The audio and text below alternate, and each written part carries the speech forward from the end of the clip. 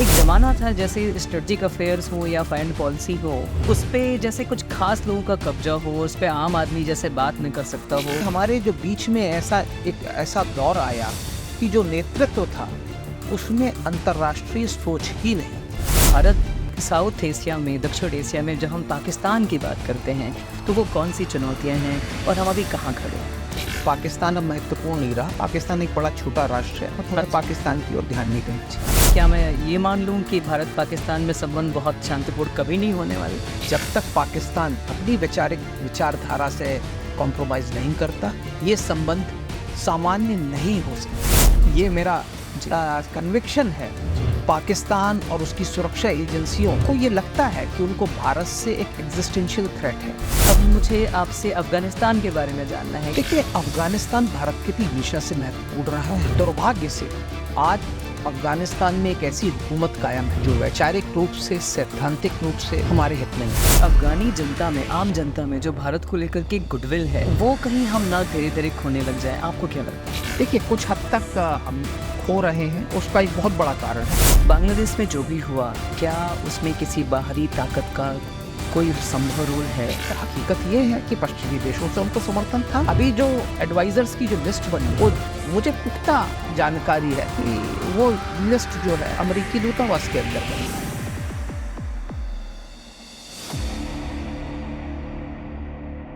आप सभी को प्रणाम। सीमा संघोष के पॉडकास्ट सीरीज की तीसरी कड़ी में मैं डॉक्टर श्रीश पाठक आप सभी का स्वागत करता हूं।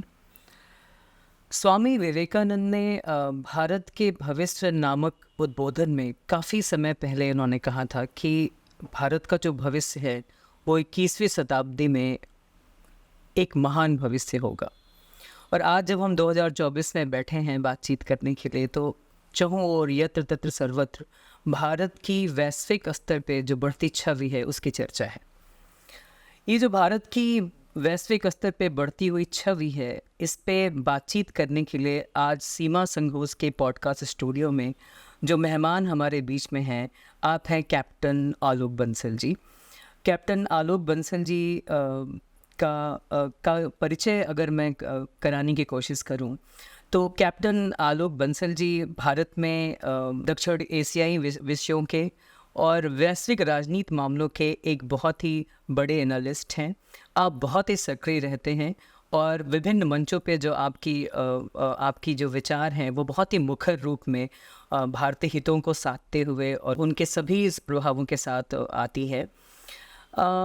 परिचय अगर मैं अकादमिक परिचय कराने की कोशिश करूं, तो कैप्टन आलोक बंसल जी वर्तमान में इंडिया फाउंडेशन के south Asian institute for strategic affairs के एग्जीक्यूटिव डायरेक्टर हैं आप। और इसके पहले इसी पद पर आप नेशनल मैरीटाइम फाउंडेशन में भी रहे। नेशनल मैरीटाइम फाउंडेशन के पहले आपने IDSC और क्लॉज में भी कुछ समय तक काम किया है। कैप्टन आलोक बंसल जी कि ये तो एक अकादमिक परिचय है, और अकादमिक परिचय की बात हुई है तो थोड़ी सी चर्चा आपके शिक्षा दीक्षा की भी कर लेते हैं। सैनिक स्कूल से आपकी शिक्षा दीक्षा शुरू हुई। आपने BSc जवाहरलाल नेहरू विश्वविद्यालय से किया, फिर MSc और MPhil आपने यूनिवर्सिटी ऑफ मद्रास से किया डिफेंस सब्जेक्ट में, और फिर 2009 में जवाहरलाल नेहरू विश्वविद्यालय से आपकी PhD हुई है। कैप्टन आलोक बंसल जी का परिचय वृत्त इतना विस्तृत है कि ये अभी भी परिचय का पूरा वृत्त नहीं है। और सबसे ज़्यादा जो ख़ास बात आपके शख्सियत को बनाती है कि आप ना केवल आप कागज़ के मामलों में काफ़ी अनुभवी हैं, बल्कि आपके पास ज़मीन का भी अच्छा खासा अनुभव है। 26 वर्षों तक आप नेवल ऑफिसर के तौर पे आपने राष्ट्र की सेवा की है, जिसमें भारत की तरफ से पीस कीपिंग मिशन में आपने श्रीलंका में अपनी सेवाएं दी हैं। 2 वॉरशिप्स आपने कमीशन कर रखा है। तो ये एक बहुत ही अद्भुत, बहुत ही बेहतरीन व्यक्तित्व आप कहें, और जिस तरह का अनुभव आपके पास है, तो आज के विषय के लिए आपसे अधिक योग्य वक्ता आज हमारे स्टूडियो में कोई नहीं आ सकते। तो मैं आप सभी का इस पॉडकास्ट में स्वागत करता हूं, और अपने मेहमान का भी कैप्टन आलोक बंसल जी स्वागत करता हूं। सबसे पहले मैं यहीं से शुरू करना चाहूँगा कि आपने जिन समयों में अपनी शिक्षा दीक्षा की है और जिन समयों में आपने राष्ट्र की सेवा की है एक आर्मी ऑफिसर के तौर पे, नेवल ऑफिसर के तौर पे, उस समय विशेष को ध्यान से देखें आलोक जी, और जब आपने अपना अकादमिक जीवन शुरू किया है तो ये ठीक वही समय है जब भारत की राजनीति और विश्व की राजनीति और भारत की विदेश नीति में बहुत सारे पड़ाव, बहुत सारी करवटें भारत ले रहा है। आज जब हम भारत की बढ़ती वैश्विक छवि पे बात कर रहे हैं तो मेरा आपसे ये पहला प्रश्न होगा कि किस तरीके से इन सारी करवटों ने आपके अपने जीवन पे प्रभाव डाला और कैसे कैसे आप इनसे प्रभावित हुए, और फिलहाल आज की भारत की बढ़ती छवि को इस पूरी यात्रा में कैसे समझ सकते हैं? देखिए, मेरा बचपन जिस दौर पे गुजरा जी। वो काफ़ी उथल पुथल वाला मौका था। 75 के साल में भारत में आपातकाल लगा जी। और मैं हालांकि उस वक्त एक स्कूल का विद्यार्थी था, पर उससे काफ़ी प्रभावित हुआ। मैं राजनीतिक रूप से काफ़ी जागरूक था। जब मैं शायद 4वीं-5वीं कक्षा में था तब से ही जागरूक था, और मुझे अभी तक याद है कि 77 के चुनाव में हर भाषण जो जयप्रकाश जी ने, मोरारजी देसाई जी ने, अटल जी ने, जो जनता पार्टी की जो रैली हुई रामलीला ग्राउंड में, वो सारी हमने उस समय सिर्फ रेडियो होता था तो रेडियो के माध्यम से सुना। बोर्डिंग स्कूल में रहते थे, सैनिक स्कूल में थे, तो उसका असर हुआ हम सब पे। और काफ़ी हद तक मैंने सेना में जो प्रवेश लिया, नेशनल डिफेंस एकेडमी जो गया मैं, उसके पीछे काफ़ी बड़ा कारण ये भी था कि आपातकाल के दौरान जो वातावरण तैयार हुआ उसमें मुझे लगा कि मेरी ये जिम्मेदारी बनती है कि मैं सशस्त्र सेनाओं में जाऊं और वहाँ पे कार्य करूं। भारत का जो विजन है, जो चिंतन है, वो हमेशा से था कि क्रीडवंतो विश्वमार्यम, हम पूरी दुनिया को का भला हो, हम दुनिया का हित करना चाहते थे। और ये बात हकीकत है कि शुरू से ही, स्वतंत्रता के बाद से ही हमारी इच्छा ये थी, और हमने शुरू के दशक में कोशिश की कि हम विश्व में अपनी छाप छोड़ें। लेकिन होता क्या है कि जब तक आपके पैरों के नीचे जमीन जो है सख्त ना हो, और अगर आप कोशिश करें तो आप दलदल में ही धंसते हैं। तो दुर्भाग्य की बात यह थी कि उस समय जो नेतृत्व था उन्होंने ये नहीं रियलाइज किया कि देश उतना सशक्त नहीं है, और हमने जो अपने जो पांव फैलाने चाहे, वो जैसे कहते हैं तेते पांव पसारिए जेती लांबी ठौर, शायद हम वो नहीं कर पाए। हमने वियतनाम में मध्यस्थता की, कोरिया में मध्यस्थता की, लेकिन जब 62 का युद्ध हुआ तो हमें काफ़ी हद तक अपनी ज़मीनी हकीकत याद आ गई। सशस्त्र सेनाओं को काफ़ी हद तक जो है उस वक्त इग्नोर किया गया। हालांकि ये मैं मानूंगा कि स्वतंत्रता के बाद हमारा एक वैश्विक परिवेश था, हमने विश्व के बारे में सोचा, लेकिन उसके बाद जो प्रतिक्रिया हुई वो ऐसी थी कि भारत का जो नेतृत्व था, विशेषकर विदेश नीति के क्षेत्र में, लोग पूरी तरह से रिएक्शनरी हो गए। हमने कभी भी कोई इनिशिएटिव लेने की कोशिश नहीं की कि दुनिया में क्या हो रहा है, भारत जैसे राष्ट्र को जो कि दुनिया के भले की बात करता है, उसको आगे बढ़कर कुछ कदम उठाने चाहिए। उसके बाद से आप पहली बार आप देख रहे हैं 2024 में कि भारत एक बहुत बड़ा कदम उठा रहा है। हम दुनिया में होने वाले एक बहुत बड़े युद्ध में मध्यस्थता करने की कोशिश कर रहे हैं, क्योंकि इस तरीके के जो कार्य है ना, ये वही कर सकता है जो सशक्त हो, जो जिसमें अपने आप में कॉन्फिडेंस हो, आत्मविश्वास हो, और तभी आप कर सकते हैं, क्योंकि इसमें बुराई मिलने की बहुत संभावना है। लेकिन अगर आप सफल होते हैं तो एक बहुत बड़ी सफलता है, और ये एक राष्ट्र को दर्शाता है कि उस राष्ट्र के अंदर कितनी शक्ति है, कितना आत्मविश्वास है। आलोक जी, ये प्रश्न मैंने इसलिए भी किया क्योंकि आज का जो भारत जहाँ खड़ा है और जहाँ से ये बात हमें थोड़ी समझ में आती है कि भारत की छवि काफ़ी पुष्ट होती दिखती है, उसके जो बहुत सारे पड़ाव हैं, उन बहुत सारे पड़ावों में आपके पास एक सीधा ही सार्वजनिक जीवन का अनुभव है। एज ए नेवल ऑफिसर भी आपने बहुत सारे उतार चढ़ाव देखे हैं, और उसके बाद आपने अकादमिक जीवन में उन सारे अनुभवों को पिरोते हुए शायद जो आपकी किताबों की एक लंबी फहरिस्त है, तो मेरा आपसे जानने का, प्रश्न पूछने का सबसे बड़ा लोभ यही था कि आज अगर भारत की स्थिति सशक्त नज़र आती है तो उसके पीछे ये जो पड़ाव हैं वो कैसे अपना प्रभाव डालते हैं। और दूसरा मुझे ये भी इसमें शायद जोड़ने का मन है अभी कि एक ज़माना था जैसे स्ट्रेटजिक अफेयर्स हो या फॉरेन पॉलिसी हो, तो उस पे जैसे कुछ खास लोगों का कब्जा हो, उस पे आम आदमी जैसे बात नहीं कर सकता हो, और विदेश नीति जैसे कुछ सिर्फ खास लोगों के ड्राइंग रूम की बातचीत होती हो और वही फैसले करते हो। इस पे आपका क्या कहना है? देखिए, जैसे मैंने कहा कि जब तक किसी भी राष्ट्र के पास मीन्स ना हो या उसके लिए और जो चीज़ें आवश्यक हैं वो ना हो, वो पूरी तरह से अपनी क्षमता के अनुसार। दूसरा क्या है कि हमारे जो बीच में एक ऐसा दौर आया कि जो नेतृत्व था उसमें अंतर्राष्ट्रीय सोच ही नहीं थी। वो सिर्फ अपने दिन प्रतिदिन की, देश की रोजमर्रा की राजनीति से आगे उठ ही नहीं पाए। ठीक। तो ऐसे हालातों में वैश्विक परिवेश में जो हमारा कदम होना चाहिए, हमारे जो कदम होने चाहिए थे वो उठे नहीं। हमने जिस तरीके का रोल हमें प्ले करना चाहिए था एक सशक्त देश होने के नाते और एक ऐसी सभ्यता होने के नाते जिसने हमेशा विश्व का भला चाहा, तो हम वो नहीं करवा पाए। तो ये तो पहली बात है। मैं आपको बताता हूँ, नौसेना में होते हुए एक जमाना था जब हमारे ऊपर सैंक्शंस लगे थे और ऐसी स्थिति थी कि हमारे पास गिनती के जहाज ऐसे थे जो ऑपरेशनल थे, क्योंकि किसी ना किसी में कोई ना कोई कंपोनेंट जो है विदेश से आयात होता था और प्रतिबंध लगे थे और अधिकांश जहाज जो थे नॉन ऑपरेशनल्स थे। हमारे हेलीकॉप्टर्स उड़ नहीं पा रहे थे, वायुयानों में समस्याएं थी, तो समस्याएं थी और उन स्थितियों में आपको कार्य करना था। कार्य करना पड़ता था, करना तो आवश्यक था, कार्य करना आवश्यक है देश की सुरक्षा के साथ। तो भाई देखिए, ऐसी चीज है कि सैनिक तो लड़ेगा, चाहे आप उसको एक हाथ बांध के दे दो या आप उसको बंदूक दोगे तो बंदूक से लड़ेगा, नहीं दोगे बंदूक तो हाथ से लड़ेगा। ये तो सुरक्षा के साथ कोई कॉम्प्रोमाइज हो नहीं सकता, क्योंकि लोग कहते हैं मनुष्य के लिए रोटी कपड़ा मकान है, बट रोटी कपड़ा मकान भी जब ही है जब उसकी सुरक्षा है। अगर वो जिंदा ही नहीं है, अगर उसकी, तो उसके बाद जो बेसिक नेसेसिटीज हैं वो भी बात आती है।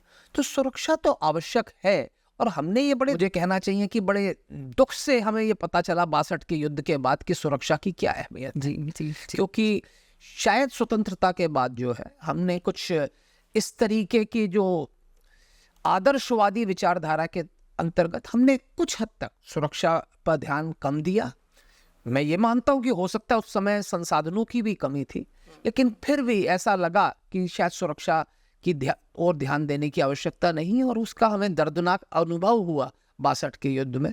तो ये एक बहुत महत्वपूर्ण बात है। लेकिन धीरे धीरे जो है राष्ट्र प्रगति करता गया। राष्ट्र का जो नेतृत्व है आज वो एक अंतर्राष्ट्रीय सोच वाला। ये बहुत आवश्यक है कि जो नेतृत्व है उसमें अंतर्राष्ट्रीय विजन हो। जैसे आज हमारी जो सरकार है इसने कई मंचों पर सफलता पाई है जी, पर मेरा ये मानना है कि जो सबसे सफलतम मंच है जहाँ पे कि इस सरकार की उपलब्धियां सबसे ज़्यादा है, वो मेरे ख्याल से अंतर्राष्ट्रीय मंच पे है। इसने भारत को एक अग्रणी राष्ट्र के रूप में विश्व के मंच पर स्थापित कर दिया है। तो ये बात बिल्कुल आपने ठीक कही कि अंतर्राष्ट्रीय संबंध एक ऐसा क्षेत्र है जहाँ पे मौजूदा सरकार की उपलब्धि सबसे ज़्यादा चमकदार नज़र आती है।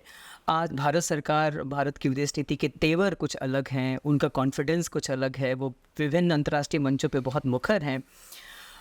विश्व राजनीति के विद्यार्थी के तौर पे अगर इस पूरी उपलब्धि को अगर हम इसे समझने की कोशिश करें तो कहते हैं कि विश्व राजनीति में आपकी धाक अगर है तो सबसे पहले ये देखें कि हम पड़ोस में कैसा कर रहे हैं और शेष विश्व में हम कैसे कर रहे हैं। आज हमारे पास मेहमान ऐसे हैं कि आपका बहुत बड़ा एक्सपर्टीज़ एरिया साउथ एशिया पे है, तो आपकी किताबों के माध्यम से मेरे मन में आया कि किताबों के माध्यम से ही हम बातचीत करें और दक्षिण एशिया के एक देशों के बारे में बातचीत करते हुए भारत की वहाँ जो पकड़ है, भारत का जो वहाँ पे प्रभाव है और चुनौतियाँ हैं और कैसे उन चुनौतियों से भारत निपट रहा है आज के दिनों में, मैं आपसे प्रश्न करूँ तो सबसे पहले अभी 2023 में जो आपकी किताब आई आलोक जी, ग्वादार चाइनीज़ जिब्राल्टर, और इस किताब में आपने पाकिस्तान चाइना के ऊपर आपने बातचीत की है, और ये जो जिब्राल्टर शब्द आपने जो एनालॉजी रखी वो बहुत इंटरेस्टिंग है कि कैसे ग्वादार पोर्ट के माध्यम से पर्सियन गल्फ और इंडियन ओशन में ठीक उसी तरीके से ग्वादार एक वे आउट बनता है, जैसे अटलांटिक ओशन और मेडिटेरियन सी में कनेक्ट होता है। तो इसी किताब के माध्यम से और किताब के बहाने से ही मैं आपकी टिप्पणी लेना चाहूँगा कि भारत साउथ एशिया में, दक्षिण एशिया में जब हम पाकिस्तान की बात करते हैं तो वो कौन सी चुनौतियां हैं और हम अभी कहाँ खड़े हैं? देखिए, पाकिस्तान को आजकल एक प्रवृत्ति हो गई है भारत के अंदर। कई अंतर्राष्ट्रीय जो राजनीतिज्ञ हैं या जो भू राजनीतिक टिप्पणीकार हैं या जो सामरिक विशेषज्ञ हैं, कई लोग ये कहने लगे हैं कि पाकिस्तान अब महत्वपूर्ण नहीं रहा, पाकिस्तान एक बड़ा छोटा राष्ट्र है, अब हमें पाकिस्तान की ओर ध्यान नहीं देना चाहिए। लोग ये भूल जाते हैं कि पाकिस्तान के साथ हमारी जो लड़ाई है वो वैचारिक है जी। एक ऐसा पाकिस्तान जो टू नेशन थ्योरी के अंतर्गत बना है, और एक ऐसा भारत जो धर्मनिरपेक्ष है, जो सर्वधर्म सम्मान की बात करता है, उसके बीच एक सैद्धांतिक वैचारिक लड़ाई है जी। ये वैसी ही लड़ाई है जैसे कोल्ड वॉर के शीत युद्ध के दौरान कैपिटलिज्म और कम्युनिज्म के बीच में थी। तो भारत पाकिस्तान भी दो ध्रुव पे खड़े हैं। बिल्कुल। इसके बीच में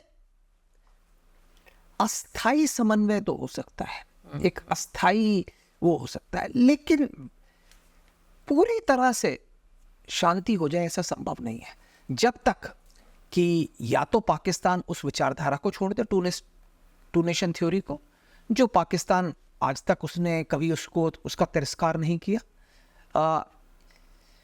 तो इसलिए आवश्यक है कि पाकिस्तान और टू नेशन थ्योरी खत्म हो, क्योंकि इसको मैं हमेशा ये कहता हूं कि पाकिस्तान की सफलता टू नेशन थ्योरी को जस्टिफाई करती है, और किसी भी विचारधारा की सफलता उसके बाई प्रोडक्ट के ऊपर डिपेंड करती है। तो Pakistan is a by product of two nation theory, और अगर पाकिस्तान स्टेबल और समृद्ध होता है तो वो टू नेशन थ्योरी को प्रूव करता है। तो यहाँ दोनों ही राष्ट्र एक दूसरे को एग्जिस्टेंशियल आइडियोलॉजिकल थ्रेट पोज करते हैं, क्योंकि अगर भारत सफल होता है तो टू नेशन थ्योरी नेगेट हो जाती है। भाई, भारत में सर्वधर्म सम्मान है, सारे धर्मों के लोग हैं, और उसके बावजूद हम प्रगति कर रहे हैं। तो यानी जो जिन्ना ने और जो मुस्लिम लीग ने एक थ्योरी प्रोपिगेट की थी कि Muslims of the subcontinent are a separate nation, वो गलत है। कि इस उपमहाद्वीप के जो मुसलमान हैं वो एक अलग राष्ट्र हैं, ये थ्योरी गलत है।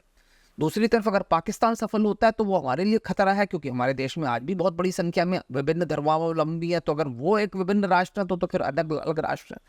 तो इस बात को समझना चाहिए, और मेरा ये व्यक्तिगत रूप से मानना है कि जब तक पाकिस्तान एक टू नेशन थ्योरी के बाई प्रोडक्ट के रूप में एग्जिस्ट करेगा, तब तक हमारे लिए समस्या है। क्योंकि अल्टीमेट ऑब्जेक्टिव क्या है, भारत का अल्टीमेट उद्देश्य क्या है? मेरा ये मानना है कि भारत की परिकल्पना अखंड भारत की है। अगर आप भौगोलिक रूप से देखें तो वो हमारा एक स्वरूप है, जो भौगोलिक एक स्ट्रक्चर है वो एक अखंड भारत का है, जिसको कि भौगोलिक एक एंटिटी है, जैसे ज्योग्राफिकल एंटिटी है, और आवश्यक है कि हम अखंड भारत की ओर प्रगति करें, चाहे उसे हम दक्षिण एशिया यूनियन कहें या कुछ भी कहें।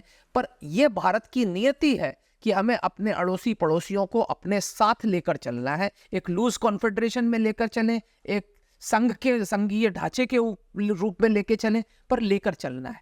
लेकिन यह जब तक संभव नहीं है जब तक पाकिस्तान टू नेशंस थ्योरी के अंतर्गत बना हुआ एग्जिस्ट करता है। लेकिन ये तर्क इतना ज़्यादा, ये तर्क बहुत डिमांडिंग तर्क है, क्योंकि अगर पाकिस्तान अपने नेचर को बदलेगा तो उसको सर्वाइवल प्रॉब्लम हो जाएगी। तो फिर क्या मैं ये मान लूँ कि भारत पाकिस्तान में संबंध बहुत शांतिपूर्ण कभी नहीं होने वाले? मेरा व्यक्तिगत रूप से ये मानना है कि जब तक पाकिस्तान अपनी विचारधारा से कॉम्प्रोमाइज़ नहीं करता, ये संबंध सामान्य नहीं हो सकते। ये बात मेरी अच्छी तरह से समझ लें। ये मेरा कन्विक्शन है कि वैचारिक कारणों से पाकिस्तान और उसकी सुरक्षा एजेंसियों को ये लगता है कि उनको भारत से एक एग्जिस्टेंशियल थ्रेट है, उनके अस्तित्व को खतरा है, क्योंकि वैचारिक लड़ाई है। और इसी कारण पाकिस्तान के अंदर जो सेना ने प्रभुत्व स्थापित किया है, उसके पीछे कारण ये है कि सेना पाकिस्तान की गार्डियन बन गई है, कि रक्षक बन गई है। सिर्फ भौगोलिक रक्षक नहीं, वो एक वैचारिक रक्षक भी बन गई है। उसने अपने आप को वो रोल असाइन कर लिया है कि they are the ideological guardians of Pakistan, they are the guardian of the idea of Pakistan. बिल्कुल, जो पाकिस्तान की विचारधारा है। और इसीलिए अगर आप देखेंगे कि जब MFN स्टेटस देने की बात आती है भारत को, तो पाकिस्तान की सेना की ISPR कहती है we have a viewpoint. तो क्यों है? क्योंकि सवाल ये है कि अगर भारत और पाकिस्तान में शांति हो गई तो कल को पाकिस्तान का आवाम ये पूछेगा कि अगर हम शांति से एक साथ रह सकते थे तो फिर पाकिस्तान क्यों बनाया, इसकी क्या जरूरत थी। People are bound to question, लोग ये प्रश्न पूछेंगे कि हमने ये क्यों विभाजन किया, क्योंकि विभाजन को कोई रैशनल रीजन नहीं था। तो ये सवाल उठना लाजमी है। और इसीलिए अगर आप देखेंगे, क्योंकि मेरा व्यक्तिगत रूप से मानना है कि पाकिस्तान की स्थापना एक ऐसी विचारधारा के ऊपर हुई है जो फ्लॉड है, जो गलत है, और आप किसी भी कमजोर नींव के ऊपर एक बड़ा स्ट्रक्चर नहीं खड़ा कर सकते। आपने बिल्कुल ठीक कहा लोग जी। इवन पाकिस्तान में भी there so many people, they are not having that idea, they are not the takers of Pakistan. वो भी बलूचिस्तान हो गया, सिंध हो गया, पंजाब हो गया। लेकिन इसी क्रम में मेरा एक और सवाल है कि हम पूरे साउथ एशिया पे बात करने वाले हैं लोग जी, तो अफ़गानिस्तान पे भी आपकी किताब आई है, Afghanistan the new great game 2023 में ही आई है। और अफ़गानिस्तान में दोबारा तालिबान काबिज हुए हैं, और इन सब में हमने जो कल्चरल इन्वेस्टमेंट किया था, हमने जो फाइनेंशियल इन्वेस्टमेंट किया था अफ़गानिस्तान में, कैसे हमने एक अपना फॉरेन पॉलिसी कैपिटल वहाँ पे बनाया था, तो उन सब को लेते हुए हमने पाकिस्तान पे बात की। अब मुझे आपसे अफ़गानिस्तान के बारे में जानना है कि दक्षिण एशिया में भारत को, जैसा आपने कहा भी, भारत को सभी राष्ट्रों के साथ एक समन्वय तो करना ही होगा। तो उस कड़ी में अफ़गानिस्तान पे आपकी टिप्पणी मैं चाहूँगा। देखिए, अफ़गानिस्तान भारत के लिए हमेशा से महत्वपूर्ण रहा है, हमारे ऐतिहासिक संबंध रहे हैं जी। दुर्भाग्य से आज अफ़गानिस्तान में एक ऐसी हुकूमत कायम है जो वैचारिक रूप से, सैद्धांतिक रूप से हमारे हित में नहीं है। जी, ये बात सही है कि आज उनकी पाकिस्तान से समस्याएं चल रही हैं, जिसके कारण हम हो सकता है एक अस्थायी रूप से उनसे कुछ बातचीत करें, उनका कुछ सहयोग करें। पर मेरा ये मानना है कि तालिबान एक वैचारिक एंटिटी है, एक ऐसा संगठन है जो एक विचारधारा से चलता है, और वो विचारधारा भारत की विचारधारा से मेल नहीं खाती। उनका जो उद्देश्य है वो एक वैश्विक इस्लामिक अमीरात की स्थापना है। चाहे वो जो भी कहें कि आज हमारे उद्देश्य सिर्फ अफगानिस्तान की भौगोलिक सीमा के अंदर सीमित हैं, पर उनके उद्देश्य अल्टीमेटली एक ग्लोबल इस्लामिक अमीरात की स्थापना है। लोग ये भी नहीं समझते कि अल कायदा जब वैश्विक जिहाद की बात करता है तो वो वैश्विक जिहाद उसने कभी भी उसामा बिन लादेन या ऐमन अल जवाहिरी के नेतृत्व में करने की बात नहीं की। वो हमेशा से अमीरुल मोमिनीन के नेतृत्व में था, चाहे वो मुल्ला उमर रहे हो या आज मुल्ला अखुंदजादा रहे। आज भी अल कायदा जब जिहाद की बात करता है तो अमीरुल मोमिनीन मुल्ला अखुंदजादा ही है। तो अगर आप ये सोचते हैं कि कल तालिबान एक सामान्य राष्ट्र की तरह कार्य करने लगेगा, तो अल कायदा का जो जिहाद है वो थियोलॉजिकली डिलेजिटिमाइज हो जाता है, उसका अस्तित्व खतरे में आ जाता है, होने से रहा, और ये होने वाला नहीं है। तो जिस तरीके की विचारधारा को तालिबान रिप्रेजेंट करता है उसके साथ लास्टिंग पीस संभव नहीं है। तो फिर भारत के लिए फिर विकल्प बचते कैसे? देखिए, भारत के लिए अफगानिस्तान में हमारे काफ़ी हितैषी हैं, काफ़ी बड़ी संख्या में लोग हैं। दुर्भाग्य से आज भी मैं आपको ये कह सकता हूँ कि अफगानिस्तान की आधी से ज़्यादा जनता जो है तालिबान को नहीं चाहती, लेकिन जो विपक्ष था उसको लड़ने के लिए आज सहायता नहीं दे रही। दुर्भाग्य से इस बार कोई भी पड़ोसी राष्ट्र उनको बेस देने के लिए तैयार नहीं है जहां से वो युद्ध की शुरुआत कर सके। ताजिकिस्तान को छोड़कर कोई अन्य राष्ट्र इस वक्त तालिबान से लड़ाई नहीं करना चाहता। ताजिकिस्तान ने कम से कम उनको एक शरण दे रखी है, लेकिन उसने भी उन पे ये बंदिश लगा रखी कि भाई आप हमारी सीमा के पास कुछ नहीं करोगे। ऐसे में आलोक जी, अफगानी जनता में, आम जनता में जो भारत को लेकर के गुडविल है वो कहीं हम ना धीरे धीरे खोने लग जाए, आपको क्या लगता है? देखिए, कुछ हद तक हम खो रहे हैं। उसका एक बहुत बड़ा कारण है कि जब तालिबान ने हमला किया तो जो हमारे हितैषी थे, जो हमारे समर्थक थे, जो हमारे प्रबल मित्र थे, उनको हमने भारत आने से रोक दिया। ये एक हमारी बहुत बड़ी कमजोरी थी और ये मेरा ख्याल से गलत है। एक जेनोफोबिक मेंटालिटी के अंतर्गत हमने अपने जो मित्र थे, जो हमारे दशकों से मित्र थे या सालों से मित्र थे, उनको भारत में नहीं आने दिया। और कुछ हद तक हमने ये स्थिति अभी बांग्लादेश में भी देखी कि कुछ एक डर, क्योंकि उनमें से अधिकांश कभी भी आपके यहाँ स्थायी रूप से नहीं रहने वाले थे, लेकिन एक बहुत बड़ा लेवरेज आपको मिलता, वो जो आपके हितैषी थे अगर उनको आप समर्थन देते, उनके लिए एक बेस प्रोवाइड करते और वो आगे बढ़ सकते। चूँकि आपने बांग्लादेश का जिक्र कर ही दिया है और मुझे लगता है कि आज के समय में बांग्लादेश पर बातचीत करनी सबसे पहले ज़रूरी है, तो बांग्लादेश की जो बातें आम हैं उन पे हम बात नहीं करेंगे, बट एक थोड़ा सा हमारे सीमा संघर्ष के दर्शकों के लिए ये आपकी तरफ से जानना बहुत ज़रूरी है कि बांग्लादेश में जो भी हुआ, क्या उसमें किसी बाहरी ताकत का कोई संभव रोल है? क्या वाकई ये है?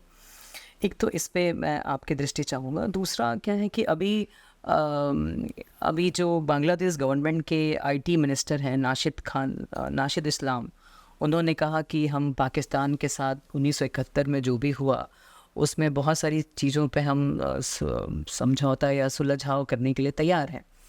तो इस तरह की जो इंक्लिनेशन है अभी बांग्लादेश में, तो ये फिर से एक अलार्मिंग सिचुएशन की तरफ शायद बढ़ रही है। दूसरा, आपके उत्तर में मैं इस पे भी टिप्पणी चाहूँगा कि शेख हसीना अभी भारत में हैं और शायद ये मेरी अपनी समझ में एक बहुत ही विकट स्थिति है, तो मुझे इस पे आपकी दृष्टि चाहिए।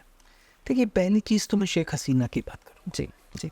शेख हसीना बंगबंधु शेख मुजीबुर रहमान की पुत्री हैं और बांग्लादेश की प्रधानमंत्री थी इतने सालों तक, और भारत बांग्लादेश संबंध 1975 के बाद कभी भी इतने मधुर नहीं रहे जितने इनके प्रधानमंत्री काल में।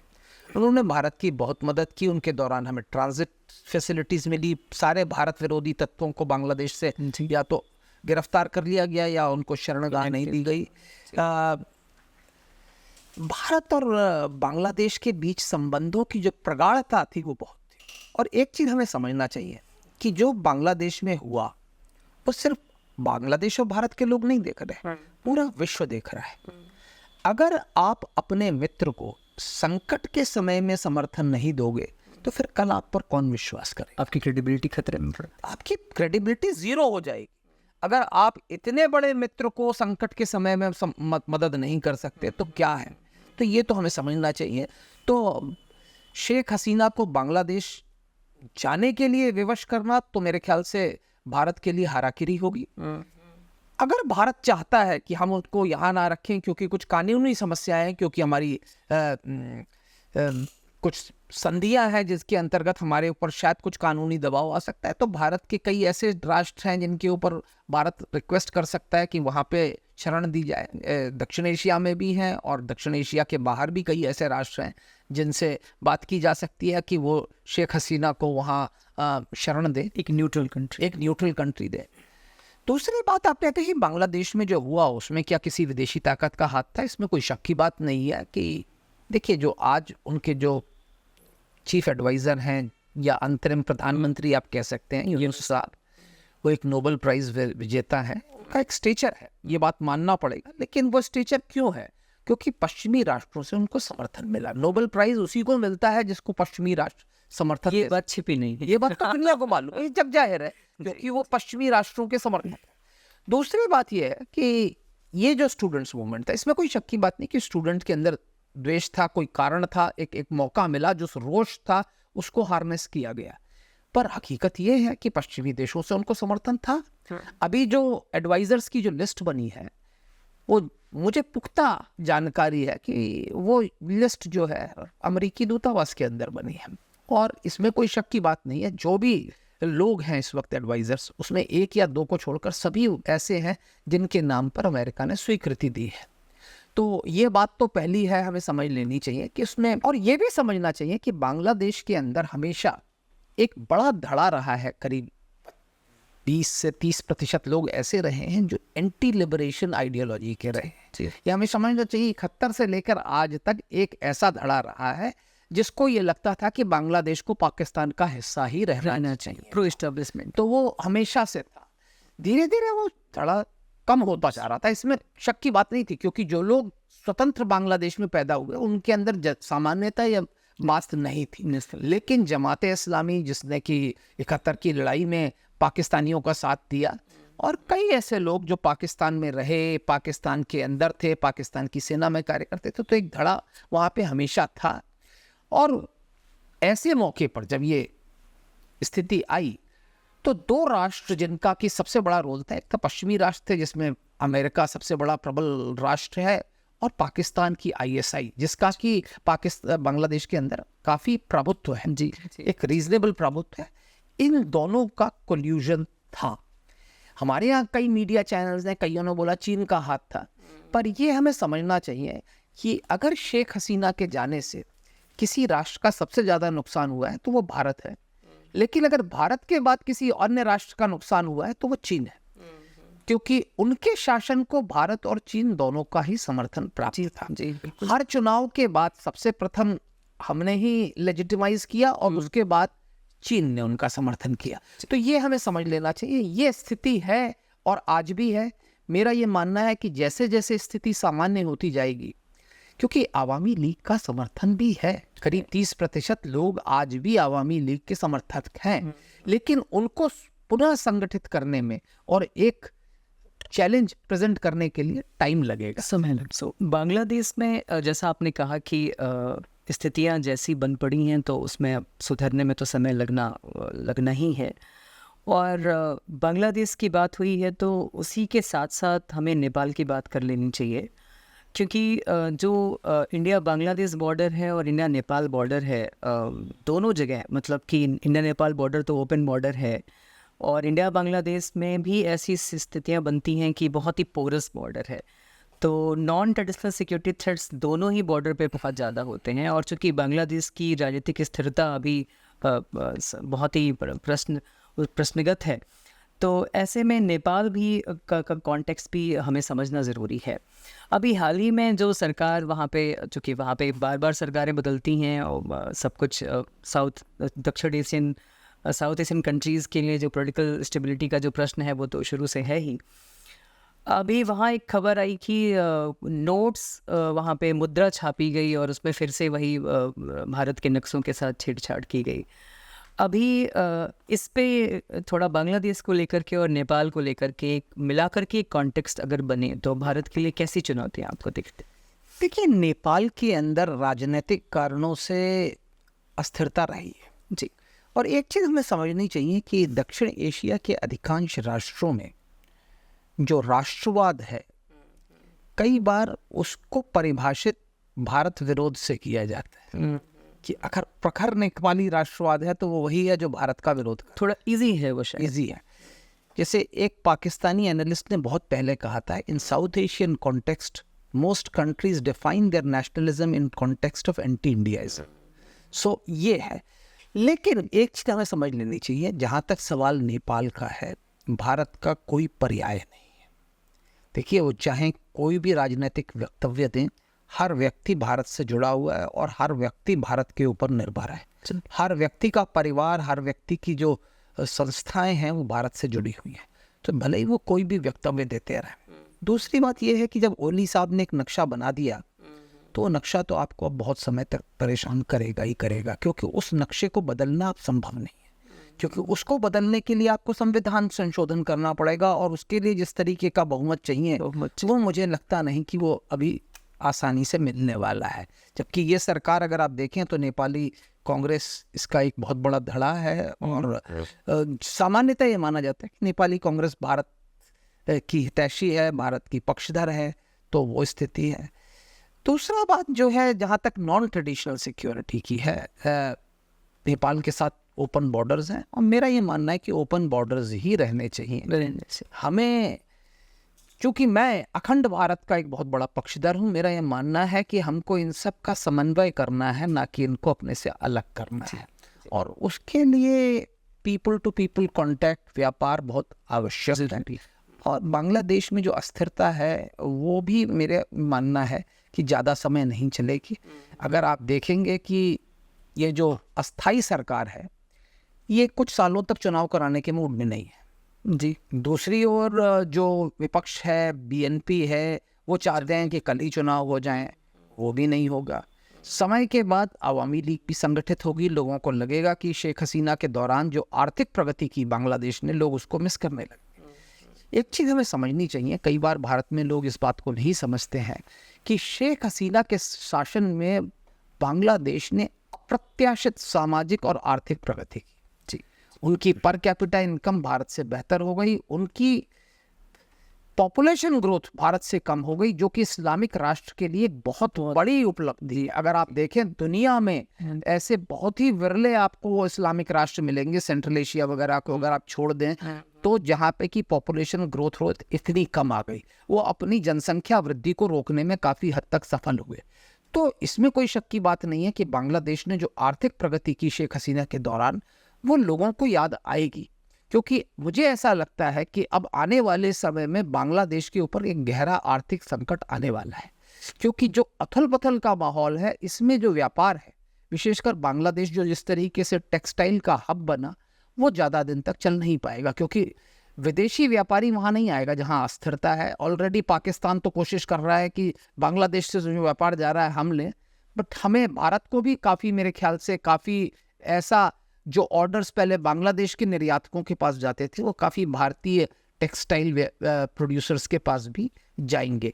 तो मेरे को ये लगता है कि बांग्लादेश भी आएगा नियंत्रण में, और हमें अपने जो समर्थक हैं उनके साथ संबंध बना के रखने हैं। साथ में मैं ये नहीं कह रहा कि जो आज सरकार है उसके साथ नहीं करें, उनके साथ भी हमें संबंध बनाने हैं। और मैं इस बात का भी पक्षधर रहा हूँ कि भले ही हम आवामी लीग के साथ हों, हमें अपनी जो चैनल्स ऑफ कम्युनिकेशन है वो विपक्ष के साथ भी रखनी चाहिए थी। और मेरा ये मानना था कि हमें एक क्रेडिबल विपक्ष तैयार करना चाहिए।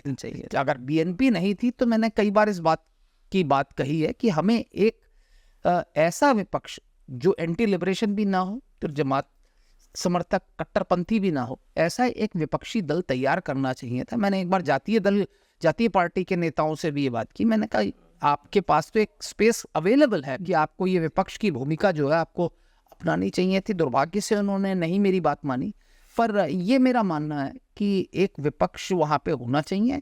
किसी भी जनतांत्रिक व्यवस्था में एक सशक्त विपक्ष आवश्यक है और वो वहाँ पे भी होना चाहिए। जी, आपकी ये बात बहुत दुरुस्त है कि भारत को निश्चित तौर पे जितने ज़्यादा से ज़्यादा चैनल डेवलप हो सकते थे वो सारे चैनल डेवलप करने चाहिए। आलोक जी, एक आपकी किताब है 2019 में आई, geopolitics of Himalayan region, cultural political strategic dimension. एक बहुत बड़ा स्कोप है इस किताब का, और उस किताब के हवाले से मैं थोड़ी भूटान पे चर्चा करना चाहूँगा। और अभी इस पूरी चर्चा में हमने ज़्यादातर चुनौतियों की बात की है, और इसका एक मकसद है, क्योंकि उपलब्धियां हैं हमारी, दक्षिण एशिया में भी हमारी कुछ रिमार्केबल उपलब्धियां हैं, लेकिन चुनौतियों पे बात इसलिए करनी है क्योंकि भारत की जो उभरती छवि है, उसका जो बेस है, जिसके बारे में आपने बार बार कहा, वो दावा बहुत पुख्ता होना चाहिए, वो बेस बहुत मजबूत होना चाहिए। और बिना चुनौतियों पे बात किए अगर हम भारत की उस छवि पे बात कर रहे हैं तो हम बहुत ईमानदार नहीं हैं। तो इस आधार पे मैं आपसे भूटान पे थोड़ी बातचीत करना चाहता हूँ। भूटान में अभी जो एक न्यूज़ आई कि वाजपेयी जी के ज़माने में जो बॉर्डर एग्रीमेंट नहीं हो पा रहा था भूटान चीन के साथ, शायद कुछ उस तरफ सहमति बनी है भूटान और चीन में। इसे हमें कैसे देखना चाहिए? जैसा आपने कहा वो बिल्कुल सही है कि जो बात हम कर रहे हैं चुनौतियों की कर रहे हैं। उपलब्धियां बहुत बड़ी हैं, हमने बहुत उपलब्धियां की हैं, और अगर आप निष्पक्ष रूप से देखें तो हम आज से दशकों पहले से बहुत अच्छी स्थिति में हैं। जहाँ तक सवाल भूटान का है, भूटान को हम एक रोल मॉडल के रूप में मानते थे, क्योंकि भूटान की जो सबसे बड़ा एक्सपोर्ट है वो पन बिजली का है, और वो पन बिजली वो भारत को निर्यात करता है। उसके लिए फंडिंग भारत ने दी है, और वो भारत को ऊर्जा सप्लाई करता है, और उसके बदले में उसकी जो पर कैपिटा इनकम है आज भूटान की दक्षिण एशिया में मालदीव के बाद दूसरे नंबर है। जी, भूटान के साथ हमारे बहुत अच्छे मधुर संबंध हैं। भूटान की रक्षा की जिम्मेदारी हम लेते हैं। काफ़ी चीज़ें हैं। भूटान के नागरिक, जैसे नेपाल के नागरिक, भारत की सुरक्षा के लिए उन्होंने अपना खून बहाया है। तो ये बात हमें समझनी चाहिए। लेकिन इसके साथ ही साथ क्या है कि स्वतंत्रता के बाद से भूटान के विदेश मामलों में काफ़ी हद तक भारत का वो था। अब चीन ने अपना जो सीमा विवाद है आज की तारीख में भारत और भूटान को छोड़कर सभी अन्य राष्ट्रों से सुलझा लिया है। जी, कैसे भी किया है मैं उसके बारे में नहीं जाना चाहता, क्योंकि शायद वो आज आपकी दक्षिण एशिया के जो सीमा है उससे ज़्यादा दूर जाने की बात। जी, इस पे भी कुछ लोग कहते हैं कि ऐसा सच है नहीं, वो भी एक तरह की शायद एक पोजिशनिंग है, शायद से भ्रांति है कह सकते हैं। लेकिन ना हकीकत ये है जी कि आधिकारिक रूप से आज उनकी सीमा विवाद करीब करीब खत्म हो चुके हैं, सिवाय भारत और भूटान को छोड़कर। तो अब वो भूटान से सीमा विवाद सुलझाना चाहते हैं। अब एक तरीके से तो आप कहें कि दो राष्ट्र हैं, आपसी सीमा विवाद सुलझाना चाहते हैं, उसमें हमें कोई तकलीफ होनी नहीं चाहिए। लेकिन इसमें क्या है कि कई ऐसे मुद्दे आते हैं, जैसे डोकलाम का मुद्दा था। अगर वो क्षेत्र अब चीन को दे देते हैं तो जिसपे हमारा संघर्ष हुआ वो हुआ। हमारी तो ये बात तो सही है कि कुछ हद तक अगर चीन और भूटान के बीच में एक समझौता होता है तो वो कुछ हद तक हमारे लिए थोड़ा चुनौतीपूर्ण हो सकता है। लेकिन साथ ही साथ ये भी मानना पड़ेगा कि समय के साथ साथ जो पुराना स्ट्रक्चर था वो ज़्यादा समय तक चल नहीं सकता। ये तो आप भी जानते हैं, मैं भी जानता हूँ कि जैसे एक समय था कि भूटान की विदेश नीति को करीब करीब परोक्ष रूप से भारत निर्धारित करता था, नियंत्रित करता था। वो संभावनाएं आज की तारीख में संभव नहीं है और नहीं होंगी। हमें कोशिश करनी चाहिए कि अगर सीमा विवाद सुलझता भी है तो ये ऐसे तरीके से सुलझता है कि जिसमें हमें आगे चलकर कोई समस्या, भारत के हितों को कोई नुकसान न पहुंचे। तो भूटान के संबंध में फिर भी ये कहा जा सकता है कि इतनी चुनौतियों के बावजूद भी ये भारत की उपलब्धि ही है कि अभी भी भूटान के कूटनीतिक संबंध, आधिकारिक कूटनीतिक संबंध चीन के साथ नहीं हैं। और इसी कड़ी में आपकी एक पुस्तक है जो बहुत ही विशेष विषय पे लिखी गई है, मतलब ऐसे विषयों पे कम पुस्तकें मिलती हैं, और वो है अनक्लॉज solutions for managing the maritime global Commons. 2022 में आपकी किताब आई, और इस किताब के परिप्रेक्ष्य में मैं बातचीत करना चाहूँगा हिंद महासागर पर। और नेपाल भूटान से होते हुए हमें श्रीलंका और मालदीव पे बात करनी चाहिए। भारत की जो बढ़ती साख है वो धीरे धीरे इतनी सारी चुनौतियों के बावजूद लगभग दक्षिण एशिया के सभी राष्ट्रों में भारत की अपनी एक पैठ भी है। और इनफैक्ट पाकिस्तान के साथ भी हमारे दूसरे तरह के संबंध हैं, बैकडोर चैनलिंग हमारी चलती भी है। और मुसीबत में कई बार भारत ने सहयोग करने की बात भी की, लेकिन एक ऑप्टिक्स पे चूँकि काम करना होता है तो पाकिस्तान सामने नहीं आता। तो इंडियन ओशन में भारत की स्थिति पे मैं आपकी टिप्पणी चाहूँगा, और ख़ासकर श्रीलंका और मालदीव के हवाले से। देखिए, पहली चीज़ तो ये है कि हिंद महासागर दुनिया का एकमात्र ऐसा महासागर है जो किसी देश के ऊपर है। जी, जैसे किसी ने कहा कि Indian ocean is the manifest destiny of India. तो जिस तरीके से हमारा एक समुद्र के लिए, जिस तरीके से हमारे 3 ओर समुद्र है, महासागर है, जिस तरीके से हमें निर्बाध आवागमन की सुविधा मिली हुई है, हमारी जो जहाज़ हैं वो भारत के तट से समुद्र के अंदर जा सकते हैं, तो ये एक हमारे एक मैरीटाइम हेरिटेज है हमारे यहाँ। अगर हम देखें, प्रागैतिहासिक काल से, लोथल से लेकर भारत का एक समृद्ध इतिहास रहा है जहाँ तक समुद्री यात्राओं का है। और हम आज भी ये मानते हैं कि ये एक वैश्विक धरोहर है जो समुद्र है, और इसको सबके हित के लिए इसका प्रयोग होना चाहिए। ग्लोबल कॉमन्स के, इट्स अ ग्लोबल कॉमन। तो जब ग्लोबल कॉमन को आप हार्नेस करना चाहेंगे तो आपको एक रूल बेस्ड इंटरनेशनल ऑर्डर चाहिए, नियम कायदों के अनुसार होना चाहिए। तो जो हमारी किताब थी वो हमने उसमें यही कहने की कोशिश की थी, और हमने उदाहरण दिया था। हमने दक्षिण चीन सागर की बात की, और हमने बे ऑफ बंगाल की खाड़ी की बात की, और हमने दिखाया कि किस तरीके से एक बहुत ही क्लिष्ट जो समस्या थी उसको भारत, म्यांमार और बांग्लादेश ने बंगाल की खाड़ी में उसको संतोषप्रद तरीके से सुलझाया।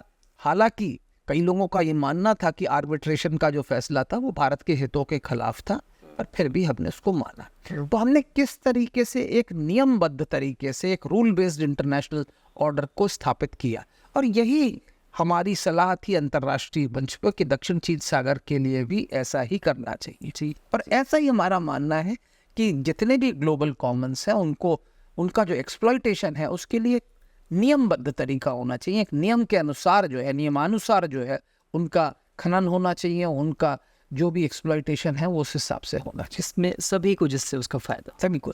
अब जहाँ तक सवाल श्रीलंका और मालदीव्स का है, तो हमें समझना चाहिए ब्रिटिश पीरियड में एक ज़माना था जब श्रीलंका भारत का हिस्सा था, फिर अलग हुआ, श्रीलंका और म्यांमार दोनों ही अलग हुए।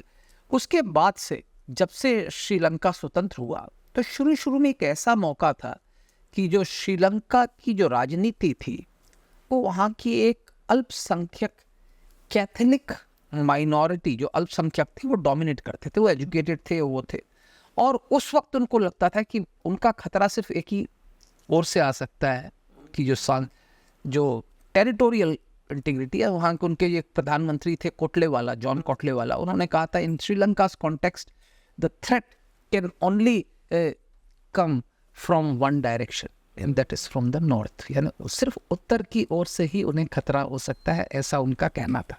लेकिन उसके बाद चीज़ें बदली, भंडार नायके आए, भारत श्रीलंका की संबंध सुधरे। श्रीलंका के अंदर एक और समस्या थी कि उनके यहाँ एक बड़ी संख्या में ऐसे प्रवासी तमिल थे जो श्रीलंका का ये मानना था कि वो भारत वापस जाएं, वो भारतीय नागरिक हैं, क्योंकि उनको ब्रिटिश लेके आए थे प्लांटेशन के लिए। उसमें शास्त्री श्रीमाओ पैक्ट हुआ, उसके अंतर्गत हमने कुछ लोगों को वापस भी लिया, पर रहे वहाँ पे लोग। उसके बाद क्या क्या हुआ, श्रीलंका की बहुत समस्याएं, पर आज श्रीलंका के साथ हमारे संबंध बहुत सुधर है। श्रीलंका एक बहुत गहन आर्थिक संकट से गुजरा और उस दौरान भारत ने उनका पूरा समर्थन किया, जबरदस्त, और इसके कारण श्रीलंका के अंदर आज भारत के प्रति बहुत सद्भाव है। और एक चीज़ हमें समझनी चाहिए कि श्रीलंका के अंदर हर वर्ग, हर नस्ल और हर धर्म के लोग भारत आना चाहते हैं, शिक्षा के लिए, चिकित्सा के लिए और पर्यटन के लिए और धार्मिक स्थलों के पर्यटन के लिए, चाहे वो हिंदू हों, बौद्ध हों, जो भी हों। और यहाँ हमें समझना चाहिए कि मेरा ये व्यक्तिगत रूप से मानना है कि हमें एक सेतु बनाने के लिए, जो राम सेतु है उसका पुनर्निर्माण करना हमारे लिए आवश्यक है। एक आधुनिक सेतु ऐसा बनाना चाहिए जो राम सेतु के ऊपर बने, जिससे कि भारत और श्रीलंका को फिर से जोड़ा जा सके। क्योंकि श्रीलंका के अंदर एक आम आदमी की भी दिली इच्छा ये है कि वो एक बार बोध गया हुआ है, एक बार सारनाथ हुआ है। कई लोगों ने कई लोग जो है हवाई यात्रा का खर्च वहन नहीं कर सकते। आज श्रीलंका के अंदर सबसे ज़्यादा पर्यटक भारत से जाते हैं, इन्वेस्टमेंट भारत से है, व्यापार में एक हम बहुत बड़े पार्टनर हैं, और अगर ये सेतु बन जाएगा तो हम और भी निकट आ जाएंगे। ऐसा सेतु होना चाहिए जिसके साथ हमारी पावर ग्रिड कनेक्ट हो, इलेक्ट्रिसिटी पाइपलाइंस हो, और जिस तरीके का संकट श्रीलंका में पिछली बार आया था उस तरीके का संकट फिर कभी ना आए। क्योंकि अगर वो भारत से जुड़ा हो तो हम उनको सहायता देने में ज़्यादा बेहतर सक्षम होंगे और चीज़ें प्रोवाइड कर सकेंगे, जिसमें पाइपलाइंस, इलेक्ट्रिसिटी पाइलॉन्स और रोड और रेल कनेक्टिविटी हो, तो वो बहुत अच्छा होगा, दोनों ही राष्ट्रों के लिए होगा, हमारी कनेक्टिविटी बेहतर बढ़ जाएगी। मालदीव में अभी नई सरकार आई है और अब उनका टोन थोड़ा सा डाउन हुआ है और श्रीलंका में भी चुनाव होने वाले हैं। तो आपके अनुसार अभी भारत श्रीलंका में संबंधों का नया राम सेतु कुछ ऐसा बनना चाहिए ताकि इंटरकनेक्टिविटी बढ़ जाए। तो मालदीव और श्रीलंका के चुनावों के हिसाब से देखिए, श्रीलंका में चुनाव है और स्थिति कुछ कहा नहीं जा सकता। जो वर्तमान राष्ट्रपति हैं उनके भारत से बड़े अच्छे संबंध हैं जी, पर मेरा ये मानना है कि श्रीलंका के अंदर कोई भी नेता आए वो समझते हैं कि भारत के साथ अच्छे संबंध बेहतर है। जैसे मालदीव्स में सरकार बदली, वो एक भारत विरोधी एजेंडा लेके चले जी, लेकिन उसके बाद आज उनको लग रहा है कि भारत के विरोध के बिना नहीं जा सकते। मालदीव्स चिंता का विषय है, और मालदीव्स चिंता का विषय इसलिए है कि अगर आप देखें पूरे विश्व में पर कैपिटा बेसिस में जाने वाले जो अलकायदा और इस्लामिक स्टेट में लोग थे वो मालदीव से सर्वप्रथम थे। अगर आप पूरी जनसंख्या से कितने लोग गए उसका औसत देखें on per capita basis, the maximum number of people who went to Al Qaeda and Islamic State globally was from Maldives, they were not from Iraq या सीरिया। Very dangerous. ये बहुत खतरनाक। तो वहाँ जो कट्टरपंथ की आंधी है ना, उसको रोकना आवश्यक है, और इसके लिए मेरे ख्याल से उनकी संविधान काफ़ी हद तक जिम्मेवार है, जो ये कहता है कि नागरिकता सिर्फ सुन्नी मुस्लिम्स हो सकती है। तो जब आप धर्म को राजनीति से जोड़ देते हो तो उसमें कई बार समस्याएं आ जाती हैं, क्योंकि फिर डिफाइन करना, परिभाषित करना कि कौन क्या है बड़ा मुश्किल होता है। और ये बात हमने पाकिस्तान के केस में भी देखी है, जो उन्होंने टू नेशन थ्योरी बनाई कि मुसलमान एक अलग राष्ट्र है, आज तक वो इस बात को परिभाषित नहीं कर पाए कि मुसलमान कौन है। चाहे मुनीर के यानी कमीशन की रिपोर्ट देखें सन 53 की एंटी अहमदिया रॉयट्स के बाद, या आज जो शिया सुन्नी दंगे होते हैं, या देवबंदी बरेलवियों के बीच में मिलादुन नबी में समस्याएं होती हैं, या सूफी श्राइन्स में जो बम फोड़े जाते हैं। ये आज भी इस समस्या का समाधान नहीं हो पाया कि कौन मुसलमान है और कौन मुसलमान नहीं है। तो यही समस्या मालदीव्स में है। कट्टरपंथी विचारधारा के लोग हैं, उदारवादी है, और मालदीव की अर्थव्यवस्था जो है सिर्फ पर्यटन के ऊपर निर्भर है। पर्यटन उसका एक बहुत बड़ा स्रोत है। तो ऐसे राष्ट्र में अगर कट्टरपंथी विचारधारा को कंट्रोल नहीं किया गया तो वो उसकी आर्थिक और सामाजिक हर तरीके की प्रगति में बहुत बड़ी बाधा बन सकती है। आलोक जी, दक्षिण एशिया पे मैं आखिरी सवाल लूँगा, इसके बाद हम विश्व राजनीति पे थोड़ी चर्चा करेंगे। जो दक्षिण एशिया की इतर की राजनीति है, जहाँ पे भारत काफ़ी बेहतरीन ढंग से अपनी लीडरशिप को लेकर के आगे बढ़ रहा है, दक्षिण एशिया में भारत की जो स्थिति है बहुत सारी चुनौतियों के बावजूद बहुत सुदृढ़ है, और जियो पॉलिटिक्स भी ऐसी है, और कल्चरल और सोशल और पॉलिटिकल जो हमारे फाउंडेशन है वो बहुत स्ट्रांग है। अगर मैं लॉर्ड कर्जन को थोड़ा कोट करूँ यहाँ पे भारत की स्थिति को लेके, तो India is situated at the great Asian arc, जो आज की भी सच्चाई है। तो इसमें मेरा एक सवाल ये है कि भारत को दक्षिण एशिया में तो अपनी स्थिति मजबूत करनी ही है, साउथ एशियन रीजनलिज्म पे आपकी टिप्पणी चाहूँगा, खासकर उस कॉन्टेक्स्ट में जबकि अब हम इंडो पैसिफिक की तरफ बढ़ रहे हैं। तो क्या भारत साउथ एशियन रीजनलिज्म को साधते हुए इंडो पैसिफिक में जा रहा है, या हम क्या कर रहे हैं? देखिए, दो चीज़ें हैं। पहली बात तो ये है कि दक्षिण एशियाई रीजनलिज्म जो है, हम चाहते थे, हम चाहते हैं। साफ्टा आना था अब तक, अभी तक नहीं आ पाया जी, क्योंकि पाकिस्तान आज भी भारत के साथ नेगेटिव लिस्ट पर व्यापार करने को तैयार नहीं है, वो पॉजिटिव लिस्ट पे व्यापार कर रहा है। जी। तो ऐसी स्थिति में साफ्टा ही नहीं आ पाया, फिर साफ्टा कहाँ आता? तो वो एक समस्या है। और पाकिस्तान के साथ समस्या क्या है वो आपको बता चुका हूँ कि पाकिस्तान के साथ समस्या ये है कि अगर वो व्यापार करे और भारत के साथ सामान्य स्थिति स्थापित कर दे तो पाकिस्तान के ऊपर एक प्रश्न चिन्ह कल खड़ा हो जाएगा, एग्जिस्टेंस। और इस कारण जो है अब धीरे धीरे भारत की जो विदेश मंत्रालय है या भारत की जो नीति, उनको लगता है कि सार्क का भविष्य थोड़ा अंधकारमय है, और इसलिए अब हम बिम्स्टेक की ओर ध्यान दे रहे हैं जी, तो हम उस ओर बढ़ने की कोशिश कर रहे हैं। जहाँ तक सवाल इंडो पैसिफिक का है, एक समय में हमें लगा कि हमें प्रशांत क्षेत्र में एक हमारी भागीदारी होनी चाहिए और हमने इंडो पैसिफिक की बात की। हालांकि मेरा व्यक्तिगत रूप से ये मानना है कि ये जो इंडो पैसिफिक की संरचना है ये बहुत ज़्यादा भारत के हित में नहीं है। अच्छा, क्योंकि इंडो पैसिफिक में हम one of the players, Indo Pacific में अमेरिका भी है, इंडो पैसिफिक में चीन भी है, इंडो पैसिफिक में रूस भी है, ऑस्ट्रेलिया भी है, दक्षिण पूर्व एशिया के राष्ट्र, जबकि हिंद महासागर में हम प्राइमा डोना है। हम एकमात्र सबसे बड़े सशक्त राष्ट्र हैं जिसकी नौसेना जो है वहाँ की सबसे सशक्त नौसेना है, और यहाँ के जो राष्ट्र हैं सुरक्षा के लिए हमारे ओर देखते हैं।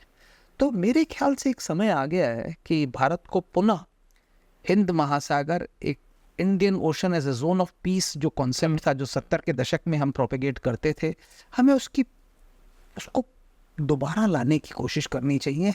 एक ऐसा हिंद महासागर जहाँ से सारी बाहरी शक्तियों का पलायन हो, वो चाहे अमेरिका हो, चाहे चीन हो, चाहे रूस हो, चाहे फ्रांस हो, चाहे इंग्लैंड हो, और फिर उस क्षेत्र में हिंद महासागर में भारत का ही प्रभुत्व हो। जहाँ तक सवाल नौसेना का है, क्योंकि हिंद महासागर क्षेत्र में अगर आप देखेंगे तो इस क्षेत्र के जो राष्ट्र हैं वो भारत से काफ़ी अपेक्षाएं रखते हैं, और भारत की एक बहुत अच्छी बात है जिस चीज़ की और कई बार लोग ध्यान नहीं करते, हमने सब जो बातें की, हमने इंडिया की सॉफ्ट पावर की बात की। हमारी सॉफ्ट पावर एनॉर्मस है। कई बार चीन के प्रतिनिधि मंडल आते हैं हमारे यहाँ और ये पूछते हैं, भाई बाकी राष्ट्र हमसे क्यों चिंतित रहते हैं, आपसे तो परेशानी नहीं है। तो उनको यही बताना पड़ता है कि आपकी जो शासन व्यवस्था है, जो ओपेक है, जो पारदर्शिता नहीं है, इसके कारण लोग शंकित रहते हैं। और स्वाभाविक है, जब पता नहीं है दूसरा आदमी क्या कर सकता है क्या नहीं करेगा, तो लोग शंकित रहेंगे, सशंकित रहेंगे, और ये रहेगा लोगों को चिंता होगी।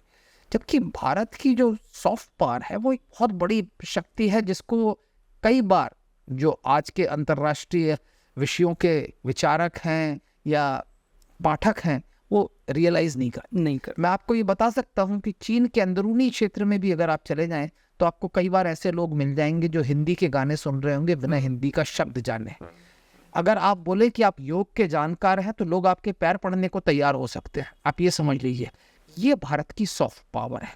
और इस सॉफ्ट पावर को हम कई बार नहीं देखते। श्री श्री रविशंकर ने जब यमुना के तट पर वो वर्ल्ड कल्चरल फेस्टिवल किया था, तो आप देख सकते थे सैकड़ों पाकिस्तानी और सैकड़ों चीनी अपने अपने राष्ट्रों का झंडा लेकर उनकी बात पर नाच रहे थे। ये सॉफ्ट पावर की स्ट्रेंथ है जिसके ऊपर कई बार लोग ध्यान नहीं देते। आलोक जी, दो बातें बहुत आप वैसे भी स्पष्ट बात करने के लिए जाने जाते हैं, और भारत में जैसे कहते हैं विश्व राजनीति में कि क्रेडिबिलिटी का सिक्का चलता है विश्व राजनीति में, और जो सॉफ्ट पावर है वो क्रेडिबिलिटी का एक बहुत बड़ा सोर्स होता है। मैंने आपको जब ये कहते सुना कि भारत को हिंद महासागर की तरफ अधिक ध्यान देना चाहिए और इंडो पैसिफिक की तरफ जो हम नीति अपनी बना रहे हैं, शायद वो उतनी मतलब ऐसी बातें बहुत कम सुनने को मिलती हैं। और इससे मैं एक सवाल और मेरे मन में आया, जो विश्व राजनीति में भारत की जो धमक है, विश्व राजनीति में जो भारत की एक्सेप्टेंस है, जो उसकी आज जैसे आज की ही खबर है 6 सितंबर की बल्कि खबर है, जहाँ पे रूस ने ये स्पष्ट कहा है कि हम भारत ब्राज़ील और चीन के साथ अगर उनकी मध्यस्थता हो तो हम भारत रूस और यूक्रेन में एक समझौते की तरफ बढ़ सकते हैं। बाद में उनके प्रवक्ता ने स्पष्ट भी कर दिया कि ज़्यादातर इशारा हमारा भारत की तरफ है एक्चुअली। तो साउथ चाइना सी में अगर हम इंडो पैसिफिक की तरफ बढ़ते हैं और भारत की इधर जो लीडरशिप है और जो हमारी स्वीकार्यता है, विश्व के परिप्रेक्ष्य में भारत की जो बढ़ती साख है, उसमें आप भारत को कैसे देखते हैं, कहाँ देखते हैं? देखिए, मैंने शुरुआत इसी मुद्दे से की थी जी, क्योंकि मेरे हिसाब से ये एक बहुत महत्वपूर्ण कदम है।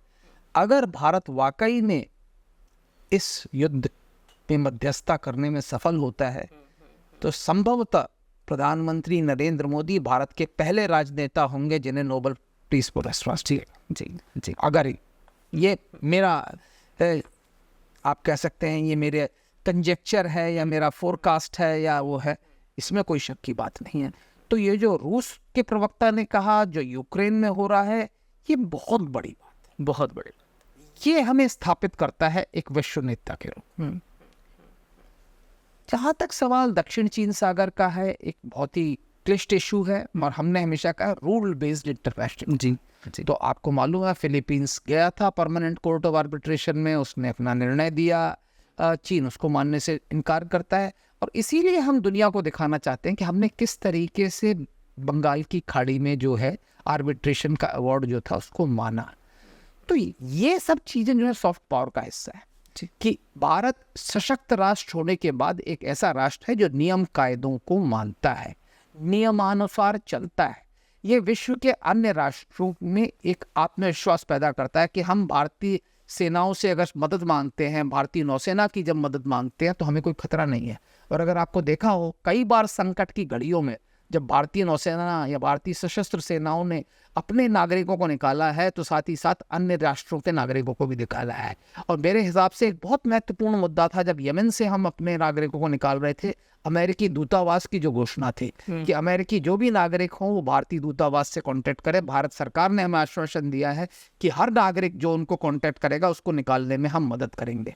तो पड़ोसी राष्ट्रों को तो हम हमेशा से निकालते आए हैं, नेपाल, भूटान, बांग्लादेश और इनके, लेकिन अमेरिकी राष्ट्र के नागरिकों को निकालने की जो बात है ये बहुत महत्वपूर्ण बात है।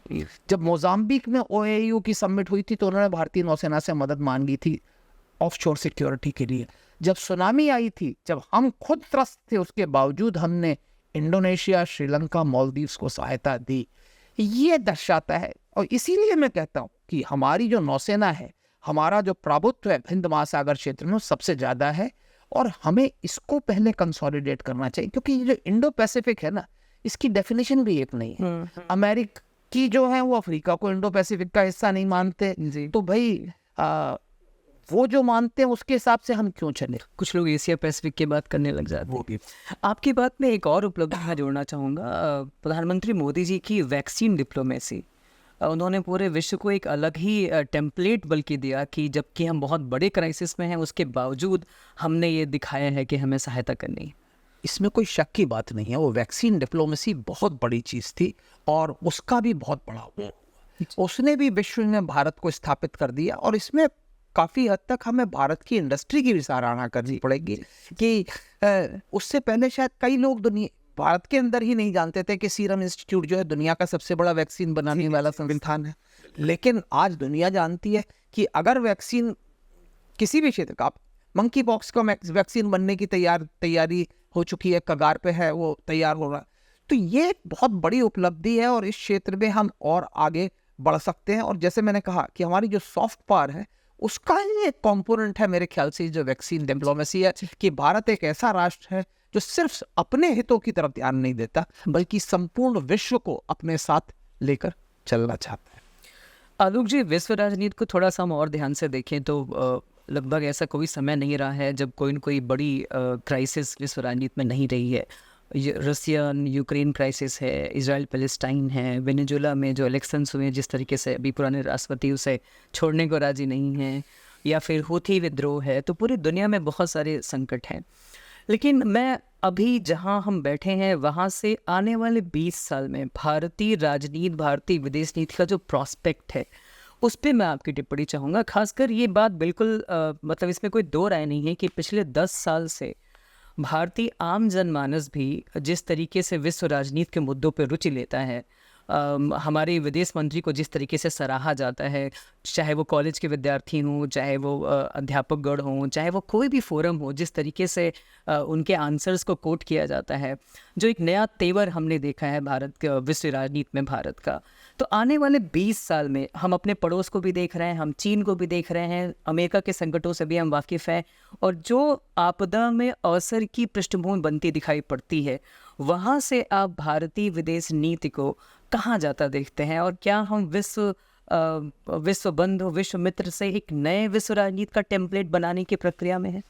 बिल्कुल, इसमें कोई शक की बात नहीं है। मैंने शुरुआत ही यहीं से की थी। मैंने कहा एक रिएक्टिव विदेश नीति से अब हम एक प्रोएक्टिव विदेश नीति चाह रहे हैं। जब हम रूस और यूक्रेन के बीच मध्यस्थता करते हैं तो हम प्रोएक्टिव विदेश नीति, उस युद्ध से हमें सीधा फर्क नहीं पड़ रहा है, परोक्ष रूप से काफ़ी फर्क पड़ रहा है, पर सीधा, लेकिन उसके बावजूद हम ये रिस्क उठाने के लिए तैयार हैं कि हम इसमें मध्यस्थता करें, क्योंकि इसमें बुरा, दोनों साइड से बुराई मिल सकती है हमें, लेकिन उसके बावजूद हम तैयार हैं क्योंकि ये विश्व के हित में है, हमारे हित में है और इन दोनों राष्ट्रों के हित में भी है, क्योंकि युद्ध एक ऐसी स्थिति में पहुंच चुका है जहां दोनों ही राष्ट्र इससे निजात चाहते हैं।